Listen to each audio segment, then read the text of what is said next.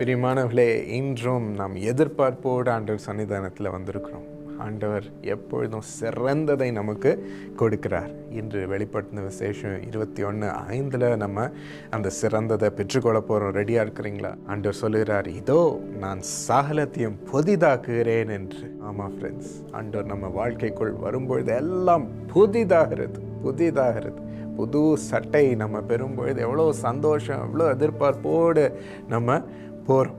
அப்படி ஆண்டவர் புதிதான சிறப்பான காரியங்களை உங்கள் வாழ்க்கையிலையும் கொடுக்க வந்திருக்கிறார். ஸோ அதை நீங்கள் விசுவாசமாக பெற்றுக்கொள்ள அவரை இன்று வாக்குத்தத்தத்தை பெற்று நீங்கள் ஆண்டவருக்கு நன்றி செலுத்துங்க. ஆண்டவர் இயேசு இப்படி தான் ஒரு கானான் என்ற இந்த தேசத்தில் அவர் ஒரு கல்யாணத்திற்கு போகும்பொழுது, அந்த திருமணத்தில் எல்லாம் நல்லா போயிட்டு இருக்கும்போது திடீரென்று அந்த திராட்சரசம் முடிந்தது. அவளுக்கு என்ன பண்ணுன்னே தெரியல, ஷாக் ஆயிடுச்சு.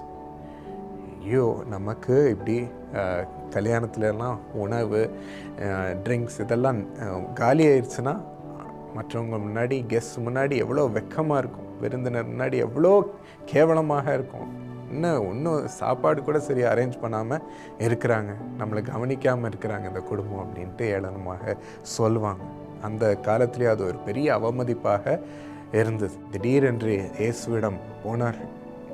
இயேசு அப்பொழுது சொன்னார், சரி, நான் ஒரு புதிய காரியத்தை இங்கு செய்யட்டும் என்று புதிய விதத்தில் புதிய திராட்சரசத்தை அவர் ஒன்றுமில்லாத சூழ்நிலையில் உருவாக்கினார். அந்த திராட்சரசத்தை அந்த பந்தியினுடைய அந்த மாஸ்டர் அவர் குடிச்சிட்டு சொன்னார், எப்படி இந்த புதிய திராட்சரசம் பழையதை விட இன்னும் சுவையாக இருக்கிறது. யார் இதை செய்தார்? எப்படி இதை நீங்கள் செஞ்சீங்க? நான் இந்த மாதிரி பார்த்ததே இல்லை என்று அவர் குதித்து சொன்னார். ஏசு சுவாமி ஒன்று புதிதாய் நம்ம கொடுக்கும்பொழுது இருக்கிறதுலே சுவையாக இருக்கும். பிரியமானவர்களே, சுவையாக இருக்கும். நீங்களும் இதை கேட்டுட்டு இருக்கும்போது ஜெபம் பண்ணலாம், ஆண்டவரே, என் மனைவி சமையல் செய்கிறதும் அப்படி சாப்பாடு சுவையாக நீர் ஆசீர்வதிச்சு தாங்க. சத்தமாக ஜெபம் பண்ணிடாதீங்க, கேட்டுற போகிறாங்க பக்கத்தில் இருந்து.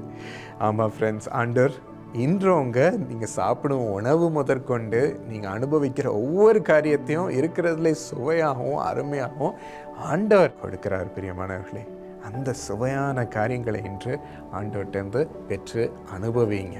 எல்லாவற்றையும் உங்கள் பிள்ளைகள் வாழ்க்கையிலையும் கூட ஆண்டவர் அவ்வளோ ஒரு இனிமையை அவங்க குணத்தில் உங்களுக்கு முன்னாடி கொடுக்க போகிறார். நீங்கள் அதற்காக வாஞ்சித்து கேட்டுக்கொண்டு இருந்திருக்கலாம்.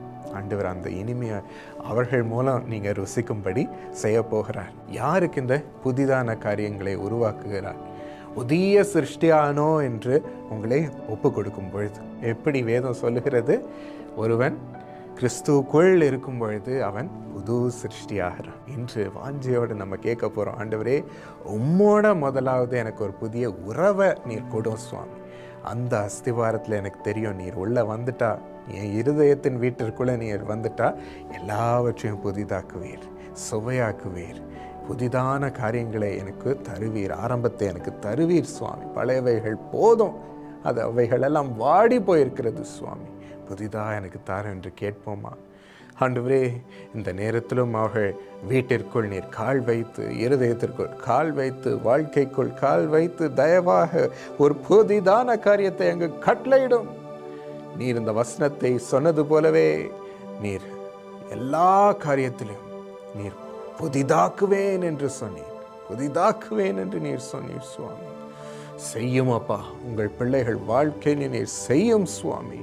ஆண்டவரே, இழந்த வாடி போன எல்லா காரியத்தையும் உயிர்ப்பித்து புதிதாக்கும், புதிய வழியை அதில் உருவாக்கும் சுவாமி. படிப்பிலே அவர்களுக்கு ஒரு புது ஆரம்பத்தை தாரும் சுவாமி.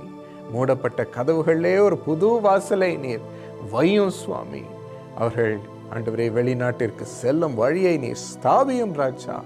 மூடப்பட்ட கதவுகள் திறக்கட்டும் ராஜா. ஆண்டவரே, வேலையிலிருந்து அவளை அனுப்பின அதே இடத்தில் சுவாமி ஒரு புதிய கதவை திறந்துள்ளும். ஆண்டவரே, திருமணத்திற்கு ஒரு புதிய கதவை திறந்துள்ளும் சுவாமி. புதிதாக வாழ்க்கையை ஆசீர்வதித்து உருவாக்குவதற்கு நன்றி இயேசுவே. உம்மை மாத்திரம் நாங்கள் புதிதாய் ஒரு உறவு உமக்குள் கொள்ளும்படி நாங்கள் பெற்றுக்கொள்ளுகிறோம். எங்களை நிரப்பும் சுவாமி. உடைய சந்தோஷத்தினால் எங்களுக்குள் இறங்கி நீர் செய்யும் சுவாமி. செய்யும் ராஜா. நீர் வந்தாலே எல்லாம் புதிதாகிறது. அதற்கு நன்றி செலுத்துகிறோம். ஆமென்.